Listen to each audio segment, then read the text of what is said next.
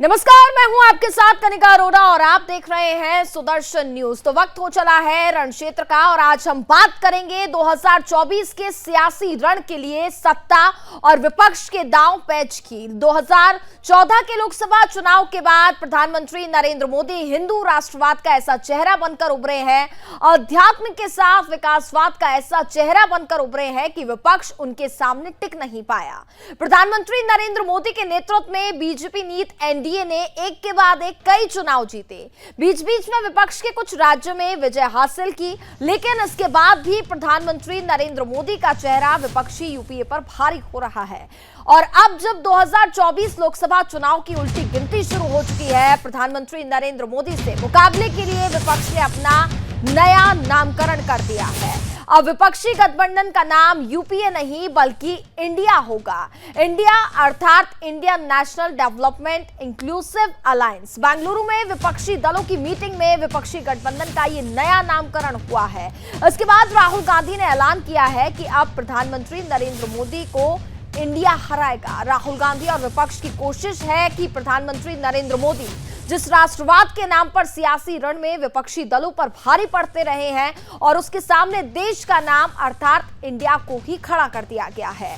PM Modi के नेतृत्व में जब बीजेपी और एनडीए ने 2014 में यूपीए को बुरी तरह से हराया था, उस समय यूपीए पर भ्रष्टाचार के गंभीर आरोप थे।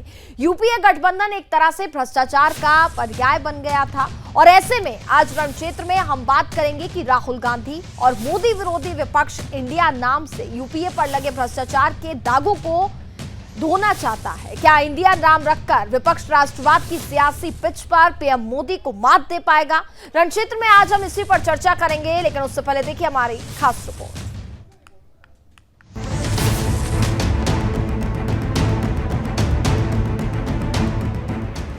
2004 में बीजेपी को सत्ता से रोकने के लिए यूपीए बना था। धीरे धीरे यूपीए बिखरा तो क्या अब यूपीए 2 सियासत का नया दांव आ चुका है, जिसका नाम इंडिया रखा गया है।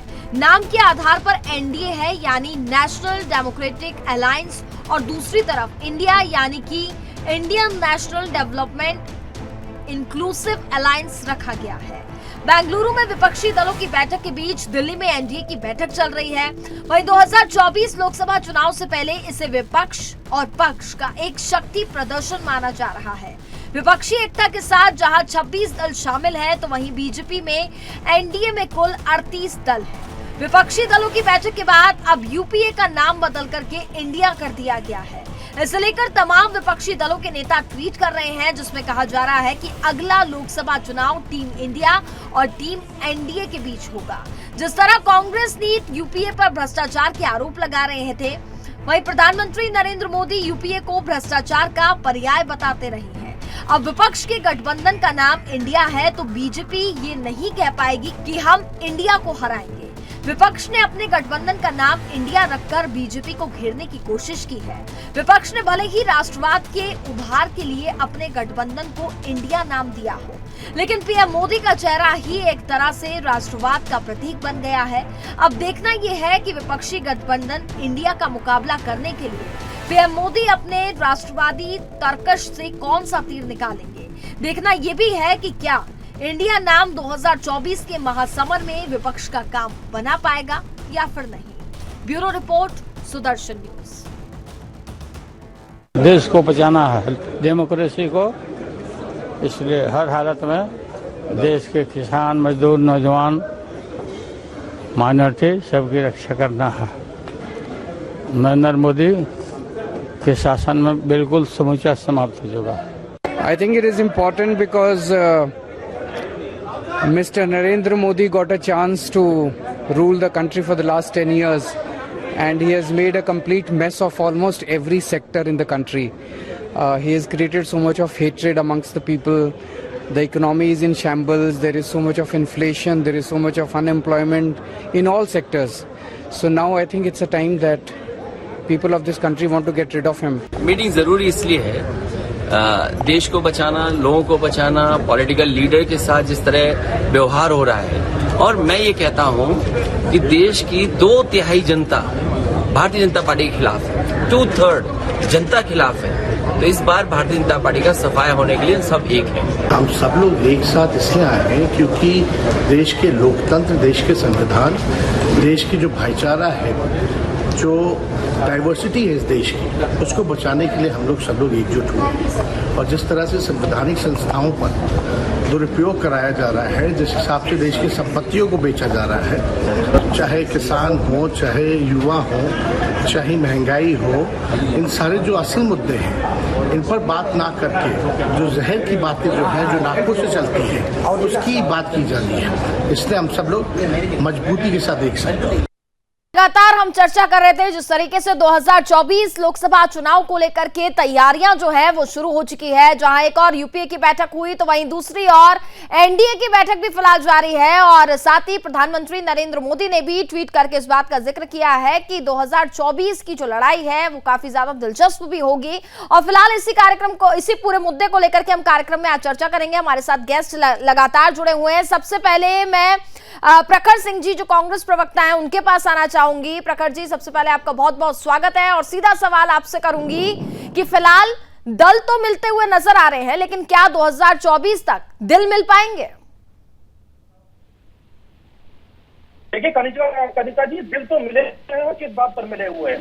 दिल मिले हुए हैं महंगाई के खिलाफ, दिल मिले हुए बेरोजगारी के खिलाफ, दिल मिले हुए हैं कि हमारा देश सिखाता है, मजहब नहीं सिखाता आपस में गैर करना, अनेकता नहीं हमारे देश में एकता है, इस पर दिल मिले हुए हैं। और जनता के मुद्दों के लिए तो हम साथ आए हैं और जनता के लिए तो हम राजनीति करते हैं, जनता के लिए हम खड़े होते हैं। तो आज के टाइम पर आपने टमाटर के रेट देखे, आपने गैस के रेट देखे, तो लोग परेशान है, युवा बेरोजगार है, तो उसके लिए हम खड़े हो रहे हैं। और ये जो भ्रष्टाचारी सरकार है वो किसी की बात सुनने को तैयार नहीं है।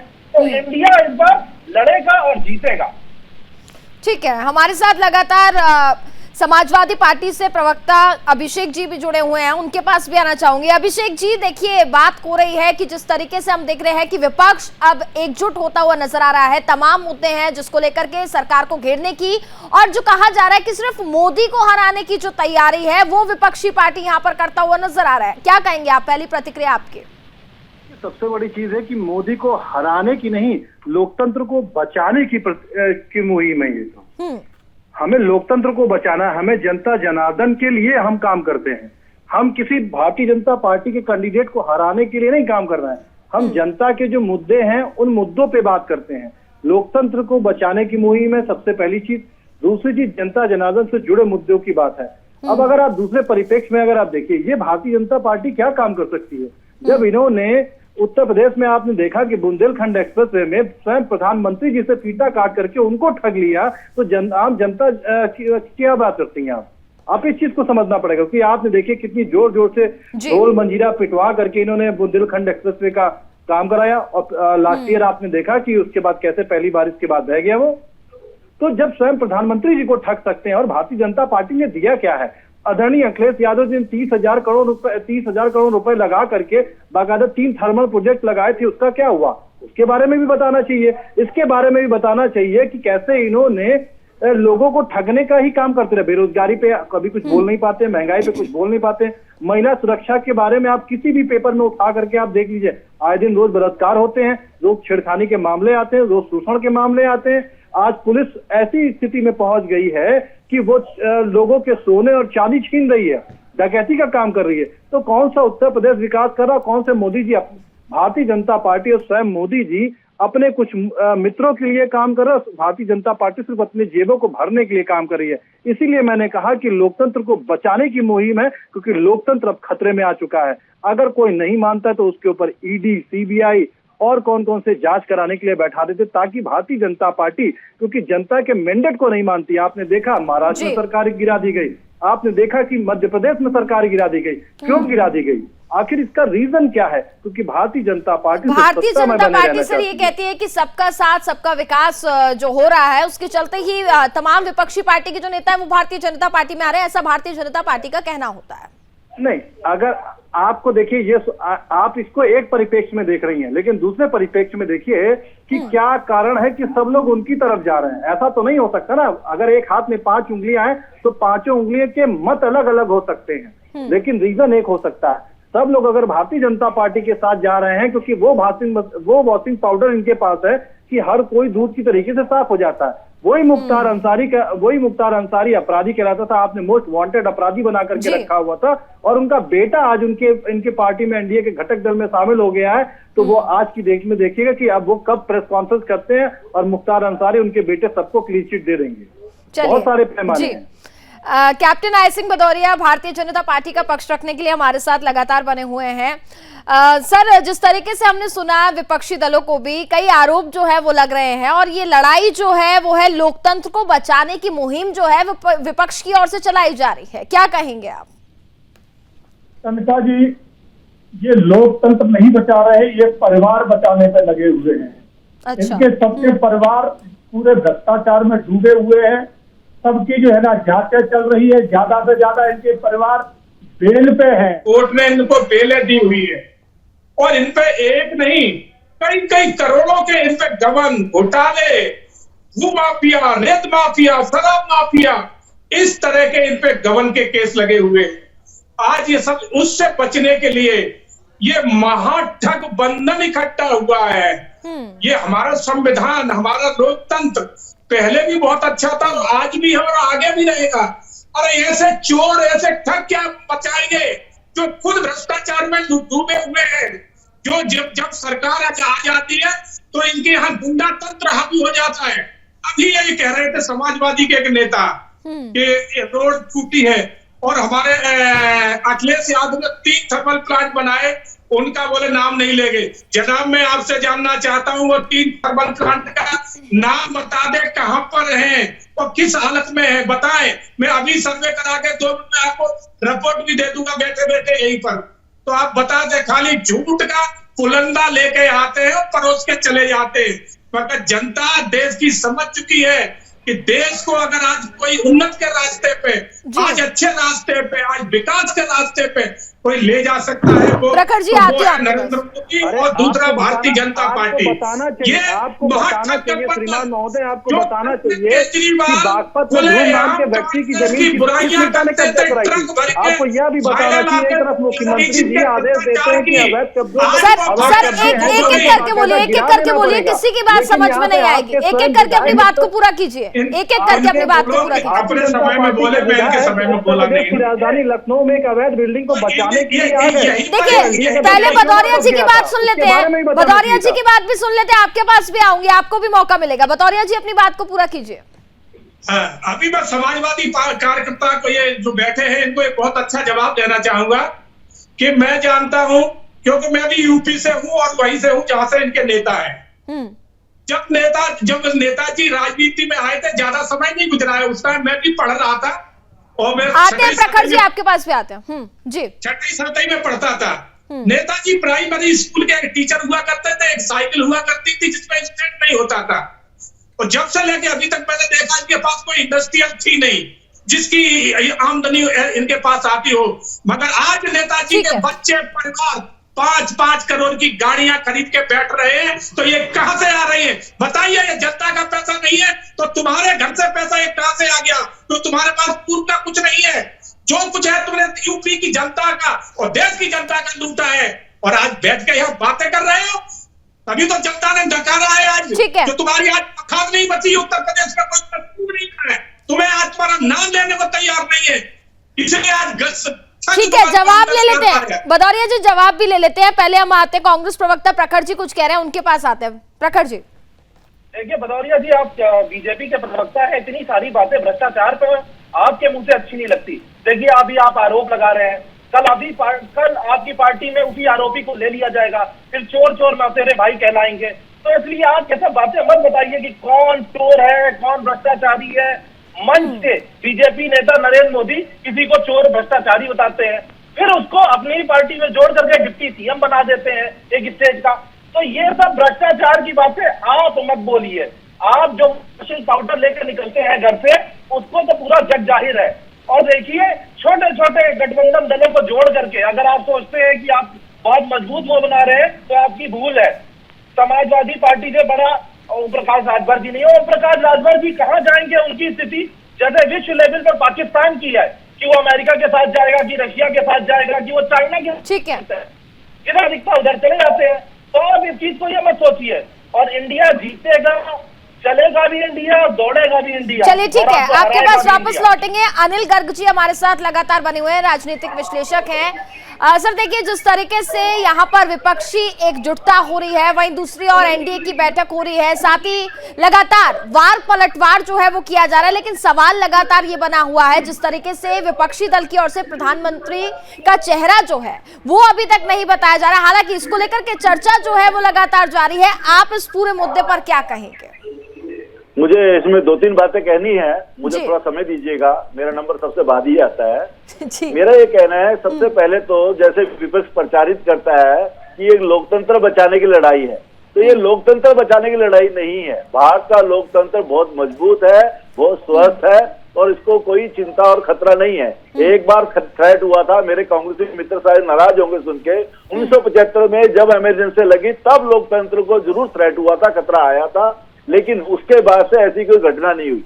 तो मैं ये कहता हूं, तो ये बात जो बार बार कहा जाता है कि भारत का लोकतंत्र खतरे में है, कमजोर हो रहा है, पहली बात तो इसको कहने का कोई अर्थ नहीं है। दूसरी बात, इंडिया नाम रखा है इन्होंने, अब इंडिया वर्सेस क्या हम भारत किसी और से लड़ने जा रहा है? देखिए, इन्होंने नाम चुना है, नाम चुनने के लिए मेहनत हुई है, कोई साधारण नाम नहीं था, इसको जोड़ा गया, किस तरह से इसको कैसे फिट किया जा सकता है, नाम से कोई माइलेज मिल सकता है।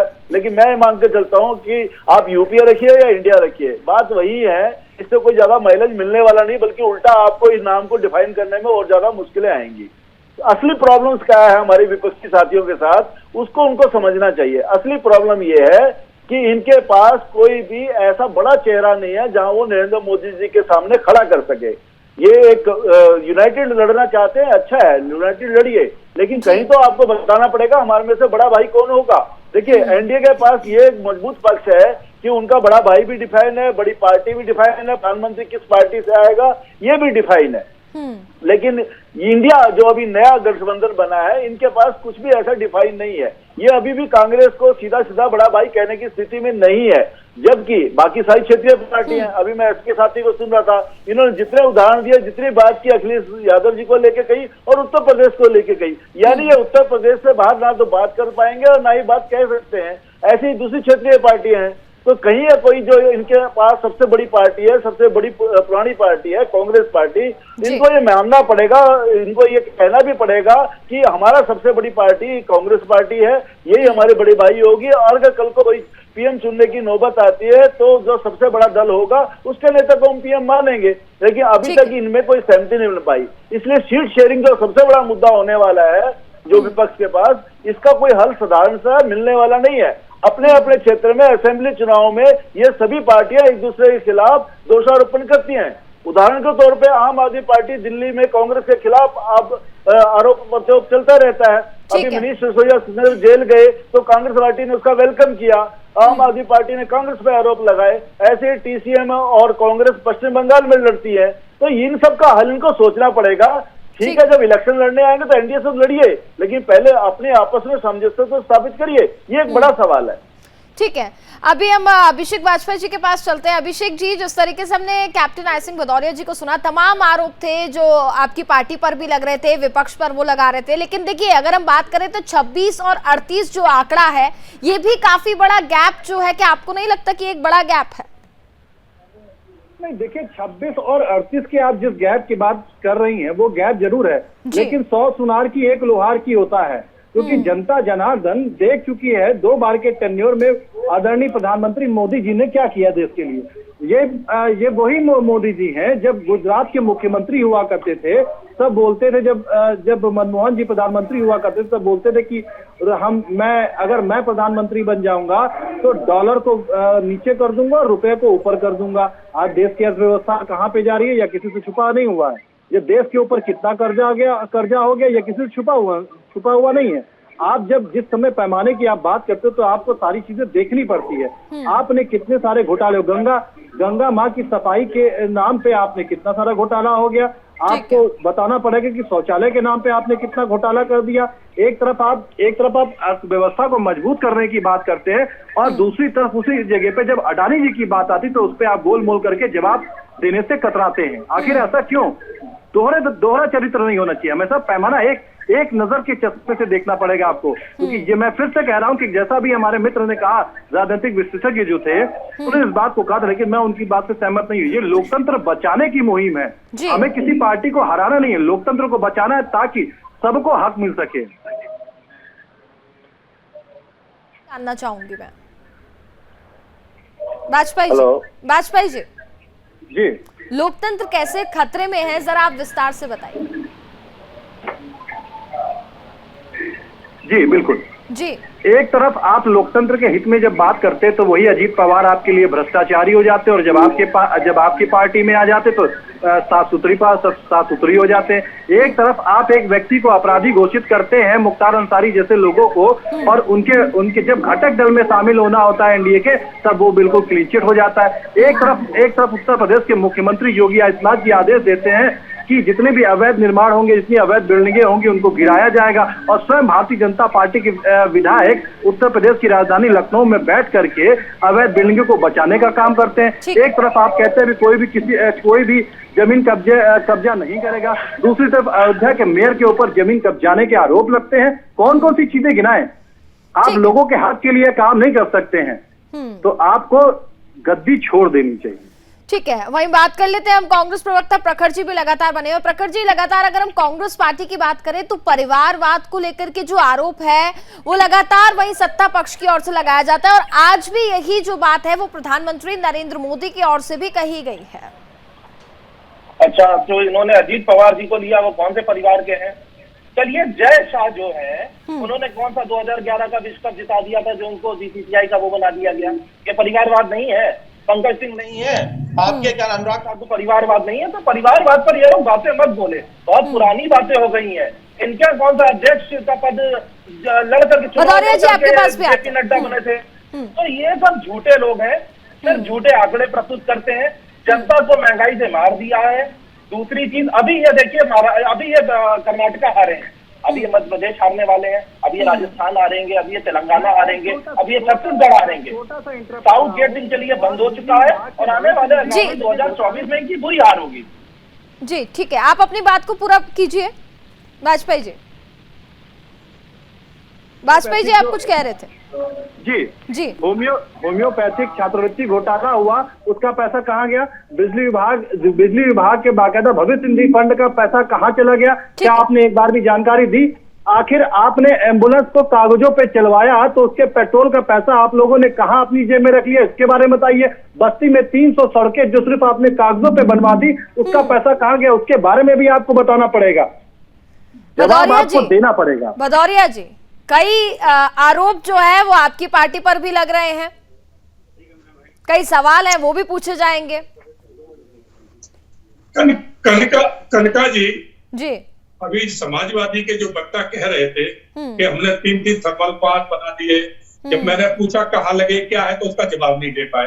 अब मैं आपको विस्तार से बताऊं, सैपई के बगल में ही हमने ऐसे 1 नहीं 100 गांव देखे थे जिनमें पिछली सरकार, जो पिछला चुनाव हमारा हुआ है, जब मोदी जी पहली बार आए थे उस टाइम तक लाइट के खंभे तक नहीं गड़े थे।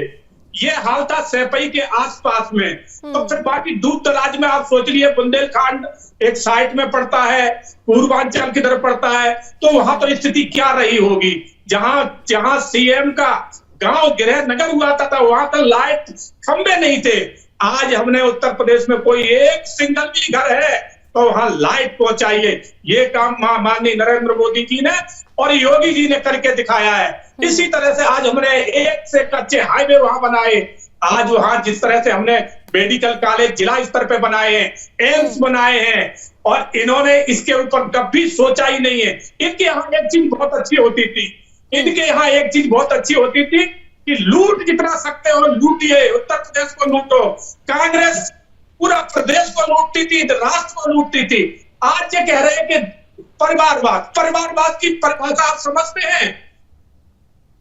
अगर कांग्रेस में नेहरू जी थे तो इंदिरा गांधी जी बनी, इंदिरा जी के बाद राजीव गांधी बने, राजीव गांधी के बाद अध्यक्ष कौन बना? सोनिया गांधी और राहुल गांधी। इसी तरह से आप चले जाइए समाजवादी में, मुलायम सिंह के बाद उनका बेटा बन गया, भारतीय जनता पार्टी। अच्छा ठीक है भदौरिया जी देखिए भदौरिया जी, परिवारवाद का जिस तरीके से जिक्र हो रहा है, लगातार हमने देखा है कि भारतीय जनता पार्टी आरोप जो है वो ये विपक्ष पर लगाती है, लेकिन सवाल जो है वो विपक्ष भी पूछ रहा है जय शाह को लेकर के, जैसा कि प्रखर जी ने सवाल किया कि उनको बीसीसीआई का अध्यक्ष क्यों बनाया गया।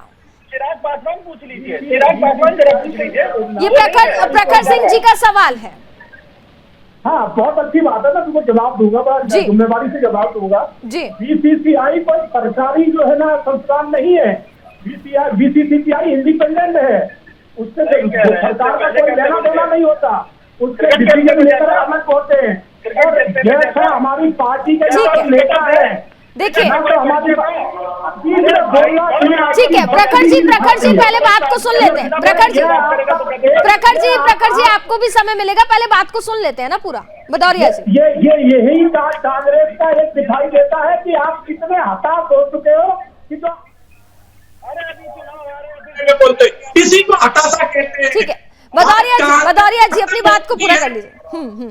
आज राहुल गांधी आपके बेल पे है, सोनिया गांधी बेल पे है, रॉबर्ट वड्रा बेल पे है, कोई नहीं है बेल पे, सब बेल पे है और थोड़े बहुत नहीं है।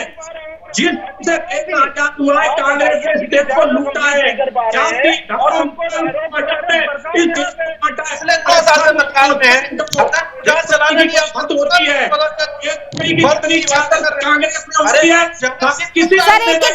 एक एक करके अपनी बात रख लीजिए, कनिका जी मैं तो यही कहूंगा, कनिका जी मैं तो ये आपसे अनुरोध करूंगा कि ऐसे लोगों को ना जो तरीके नहीं आता है। चिराग पासवान जी पर क्या कहना है? समय में मैं एक बार भी नहीं बोला। ठीक है, अगर चिराग पासवान परिवारवाद अगर है तो उनको फिर आज क्यों ले रहे हैं एनडीए में? क्यों लिया आपने चिराग पासवान को एनडीए में? तो परिवारवाद नहीं है, परिवारवाद आपके में आ जाए तो बहुत अच्छा है। जो ज्योतिरादित्य सिंधिया आपके आ जाए तो परिवारवाद नहीं है, तो ये दोगुना चरित्र है आपका। राजीव गांधी बने, राजीव गांधी के बाद कौन बना? ठीक है, चरित्र है चिराग पासवान को फिर अपने एनडीए में। परिवारवाद से समस्या है तो अपने यहाँ जितने परिवार के लोग हटाइए। कोई परिवारवाद नहीं है, नेता का बेटा मेहनत करके चुनाव लड़ सकता है, पार्टी में आ सकता है, मगर